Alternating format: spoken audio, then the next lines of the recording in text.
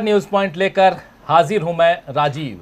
दोस्तों, आरएसएस यानी राष्ट्रीय स्वयंसेवक संघ का सपना रहा है, यानी कि संघ कह सकते हैं, उसका सपना रहा है भारत हिंदू राष्ट्र बने। और इस सपने को पूरा करने के लिए संघ ने बीजेपी को खड़ा किया, उसे राजनीतिक मजबूती दी और अब तो लगातार 2 कार्यकाल से बीजेपी ही देश पर राज कर रही है। इससे पहले भी बीजेपी सत्ता में रह चुकी है, लेकिन शायद आडवाणी जी की अयोध्या तक की रथ यात्रा के बावजूद अटल बिहारी वाजपेयी के उदार चेहरे ने संघ का सपना पूरा नहीं होने दिया। अब अटल बिहारी वाजपेयी और आडवाणी जी की जगह अमित शाह और नरेंद्र मोदी की जोड़ी जो है, यानी मोदी और शाह की जोड़ी सत्ता पर है। और ऐसा नजर आ रहा है कि इस जोड़ी के नेतृत्व में हिंदू राष्ट्र का सपना पूरा होने की तरफ बढ़ रहा है। आप गौर कीजिए कि मोदी सरकार के पिछले कार्यकाल यानी 2014 से 2019 का जो कार्यकाल मोदी सरकार का था, उसमें यानी मोदी कैबिनेट में मुसलमानों के लिए जगह थी। मुख्तार अब्बास नकवी और एमजे अकबर, ये दोनों मोदी कैबिनेट में शामिल थे। फिर एमजे अकबर मीटू के कारण हटे और रह गए केवल मुख्तार अब्बास नकवी। लेकिन अब उनका राज्यसभा का कार्यकाल पूरा हो गया तो उनकी भी मंत्रिमंडल से विदाई हो गई, यानी छुट्टी हो गई। बीजेपी चाहती तो मुख्तार अब्बास नकवी को राज्यसभा फिर से भेज सकती थी, लेकिन सवाल यही है कि बीजेपी ऐसा चाहती क्यों नहीं है, क्यों नकवी को एक और कार्यकाल का मौका नहीं दिया गया। अब चर्चा है कि नकवी को उपराष्ट्रपति बनाया जा सकता है, ये भी चर्चा है कि नकवी को जम्मू कश्मीर का उपराज्यपाल भी बनाया जा सकता है, लेकिन ये तो सिर्फ चर्चा या कयास के दम पर बातें मैं यहाँ कह रहा हूँ। कुल मिलाकर मोदी सरकार के केंद्रीय मंत्रिमंडल में एक भी मुसलमान इस वक्त नहीं है। ये एक हकीकत है और दुखद हकीकत ये है कि इस देश की सबसे बड़ी अल्पसंख्यक आबादी यानी मुसलमानों के बीच से एक भी योग्य नेता बीजेपी को नहीं मिला जिसे वो मंत्री पद दे सके। क्या बीजेपी अपने मुसलमान नेताओं का उपयोग केवल राजनीतिक हित साधने के लिए करती है? ये एक बड़ा सवाल है। एक तरफ बीजेपी मुसलमानों को सरकार में नेतृत्व नहीं दे रही है, तो दूसरी तरफ कुछ तस्वीरें ऐसी आई हैं पिछले दिनों दोस्तों, जिन पर बीजेपी पर ही उंगलियां उठ रही हैं। उन तस्वीरों को देखने के बाद उदयपुर की घटना आप सबको पता है, जो एक जघन्य हत्याकांड में अब तो 4 लोग गिरफ्तार हैं, कई गिरफ्तारियां हो चुकी हैं, लेकिन 4 मुख्य रूप से हैं। और उन 4 में से जो 4 आरोपी हैं, उनमें से एक का संबंध कहा जा रहा है कि बीजेपी से निकल गया। और इसके बाद जम्मू कश्मीर में एक आतंकी बीजेपी की आईटी सेल का हेड निकला। पिछले दिनों तालिब हुसैन नाम का ये जो आतंकी है, वो अपने साथी के साथ भारी गोला बारूद के साथ पकड़ाया था। बाद में पता चला कि ये जो तालिब शाह है, उसको बीजेपी ने ही इसी साल 9 मई को लेटर हेड पर एक बयान जारी करके जम्मू इलाके का आईटी सेल का प्रमुख बनाया था। कई बड़े नेताओं के साथ उसकी तस्वीरें भी सामने आई हैं। यानी जहां मुसलमानों से बीजेपी का हित सधता है, वहां वो उसका इस्तेमाल करती है, और जहां नहीं, वहां दूध में गिरी मक्खी की तरह बाहर फेंक देती है।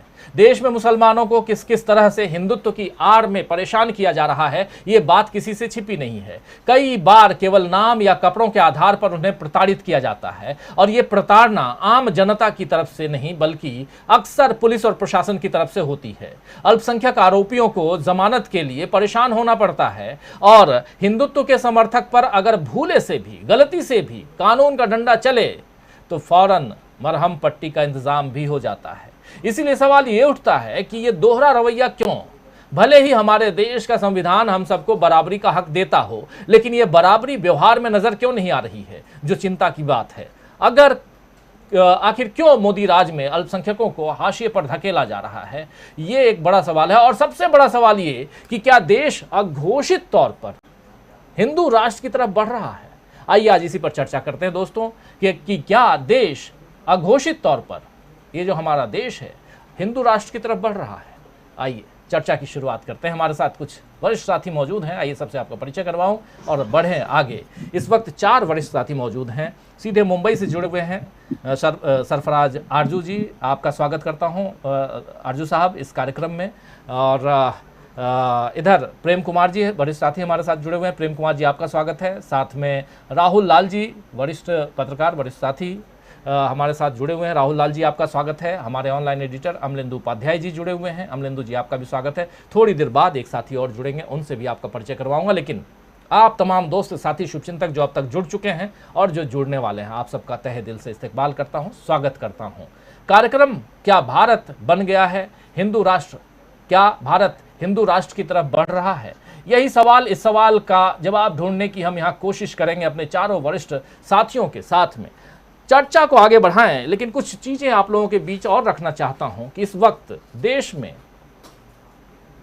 कुल 19 राज्य ऐसे हैं जहां बीजेपी की सरकार है। 19 में से 12 राज्य ऐसे हैं जहां बीजेपी का मुख्यमंत्री, और उसके अलावा 7 राज्य ऐसे जहां बीजेपी की सरकार तो है, यानी बीजेपी सरकार में है, लेकिन बीजेपी का मुख्यमंत्री नहीं है।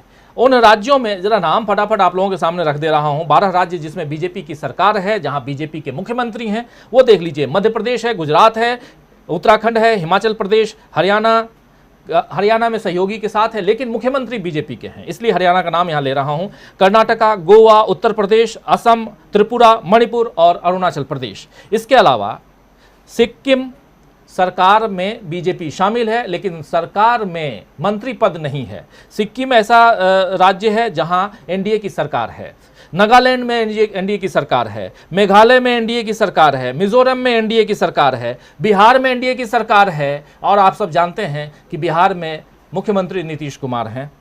महाराष्ट्र में अब एनडीए की सरकार बन गई है, अभी महाराष्ट्र से हमारे साथी जुड़े हुए हैं, और पुदुचेरी में एनडीए की सरकार है। तो 7 ऐसी जगह, ऐसे राज्य जहां एनडीए की सरकार, और बाकी 12 ऐसे राज्य जहां घोषित तौर पर बीजेपी की सरकार कह सकते हैं। और भी एक आंकड़ा आपके सामने पेश करते हुए फिर सीधे आगे बढ़ेंगे। 3 नाम आपके सामने पेश कर रहा हूं। दानिश अंसारी, आप सब जानते होंगे, नए नवेले एमएलसी बने, उत्तर प्रदेश के अल्पसंख्यक मंत्री हैं वो, उत्तर प्रदेश से। दानिश अंसारी का नाम उत्तर प्रदेश के लोग अच्छी तरह से जानते हैं। ये एक मुस्लिम चेहरा। बिहार में सैयद शाहनवाज हुसैन, एक एमएलसी, मुस्लिम चेहरा, उद्योग मंत्री हैं, लेकिन बिहार में सरकार में नीतीश कुमार हैं, और उस सरकार में इनको भी वहां एडजस्ट किया गया है। तीसरा नाम केरल के राज्यपाल मोहम्मद आरिफ खान।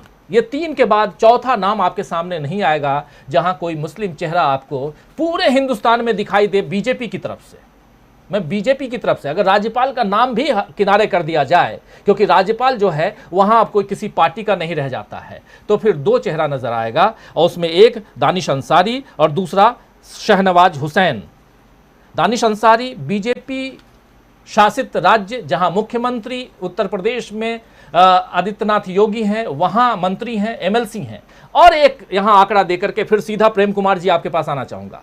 एक आंकड़ा यह भी कि इस पूरे देश में कोई भी सांसद, कोई भी विधायक नहीं है। एमएलसी की बात करो, ये दोनों नाम दानिश अंसारी और शाहनवाज हुसैन, ये एमएलसी हैं, लेजिस्लेटिव काउंसिल के ये मेंबर हैं, लेकिन लेजिस्लेटिव असेंबली के मेंबर नहीं हैं। यानी कि ये ना असेंबली के मेंबर हैं और न ही ये सांसद हैं। सांसद में भी, यानी कि उच्च सदन और निचले सदन दोनों, लोकसभा और राज्यसभा में भी कोई नहीं है। क्या 20 करोड़ की आबादी वाले देश में अगर एक भी मुसलमान चेहरा नहीं, और इसके साथ साथ प्रेम कुमार जी, जो चेहरा नजर आता है वो कहीं ना कहीं उपयोग के लिए रखा जाता ऐसा दिखाई देता है, तो क्या माना जाए? क्या अघोषित रूप से हम हिंदू राष्ट्र की तरफ नहीं बढ़ रहे हैं? बड़ा सवाल है। चलिए यहीं से ओपनिंग कमेंट आप सबका चाहूंगा, जल्दी फिर से